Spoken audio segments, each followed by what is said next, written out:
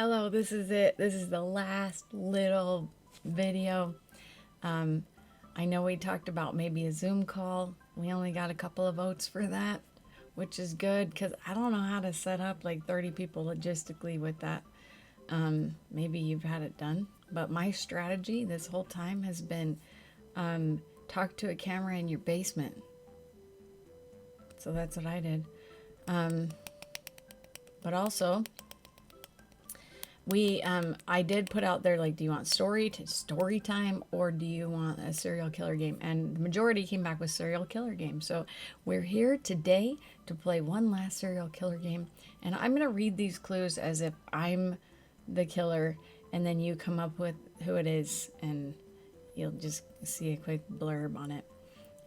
So here we go. First one. I was the first modern serial killer. Started killing in 1888 in London, mate.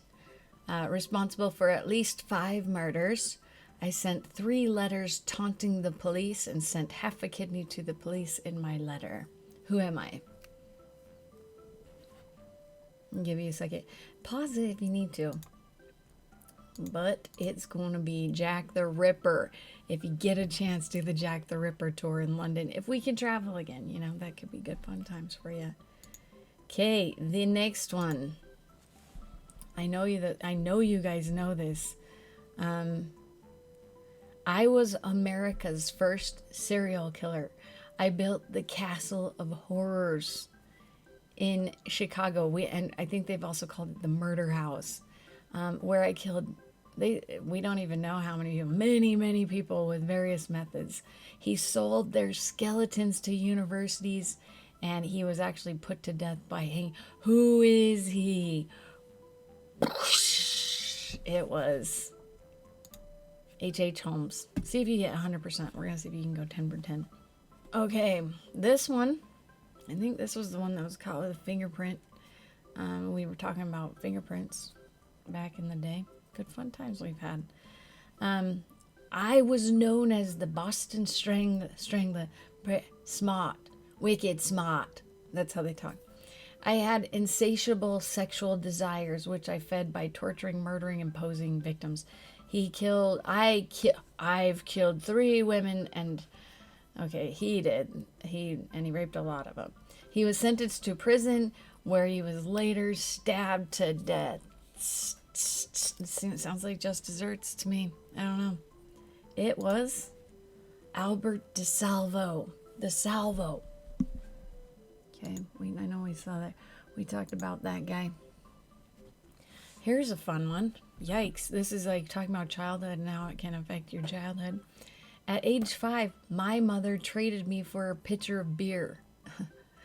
Beer isn't even good. I started a cult in which I called The Family. The goal was to start a race war known as Helter Skelter. I had my disciplines kill Sharon Tate and 3 others at their home. Days later, Lena and Rosemary LoBianca carving the word war onto Lena's stomach. I was found guilty of killings and sentenced to life in prison. What crazy guy am I? Charles Manson. That one's Charles Manson. Okay, we're gonna get to one that we know real well. Let's get to one of the Garys. How about Gary?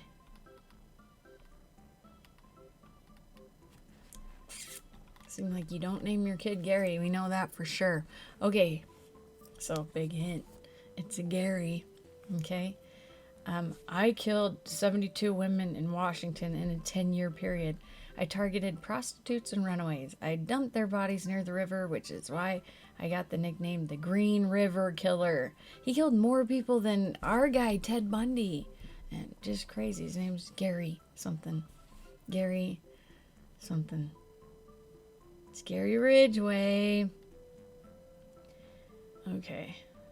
So... we're gonna go next one. I am the Milwaukee Monster. I'm trying to think how Milwaukee people talk. I don't really know how Milwaukee people talk. I'm the Milwaukee Monster.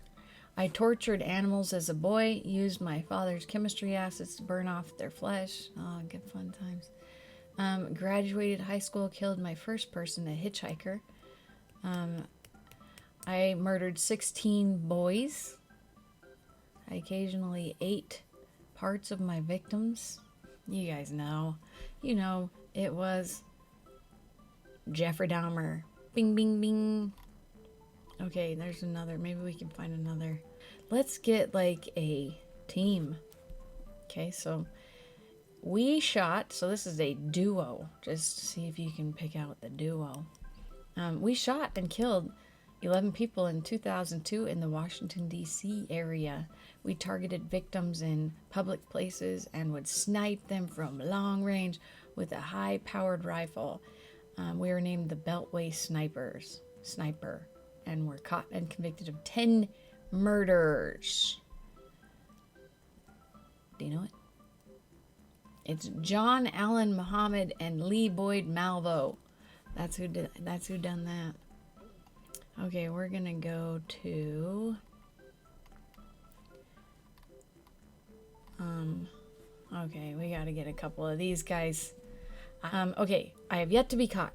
When I killed, I wore a mask with a special symbol on it. I wrote several letters to the police and signed them Zodiac. There's your big hint. I killed multiple people with a 9mm pistol. I sent coded messages to the newspaper. That's the Zodiac killer. They haven't found him. Okay. Our favorite. I killed they don't even know, somewhere between 30 and 100 women. He worked at a Seattle suicide hotline. That's a fun fact. His sister was actually his mother. They called his grandma mom. Met the love of his life, but she dumped him, and then he rekindled that relationship, but then broke up with her again and started murdering people that looked like her. That's good. He was arrested in Utah. That's us. But escaped prison and headed to Florida, where he killed 3 more young women. He was sentenced to death via the electric chair. Ted Bundy. That was Ted Bundy. Okay, last. This guy's known as the Clown Killer. He was convicted of sodomy, sexually assaulting some boys in Waterloo. He had a wife and kids. Moved to Chicago after serving 2 years in Anamosa. Killed 33 boys and young men, and their bodies were stored under his house. Who is he? That was John Wayne Gacy. Okay. A girl. This one, I killed 7 men in Florida within a year's time. I was a female prostitute and would kill my customers. I would claim self-defense and say that they were trying to rape me. I would kill them, rob them, and dump their bodies along the highway. I died by lethal injection in 2002. Who am I? That's Eileen Wuornos again. Wuornos. Okay, guys, I had a great time with you this year. Sorry about Corona. None of us could have foreseen that. We had some good fun times creating crime scenes in the drama lab, creating crime scenes with potatoes and shoe boxes. We did a lot of fingerprinting stuff, blood spatter stuff. We set up some labs where we had to just put evidence in bags and things like that. It was good fun times, and will not be forgotten. I have enjoyed your different personalities and the dynamics of the class. To seniors that are moving on, good luck to you. I hope that you are enormously successful and you come back and visit sometimes. To the juniors, we'll be around next year, so come see me, come take one of my classes.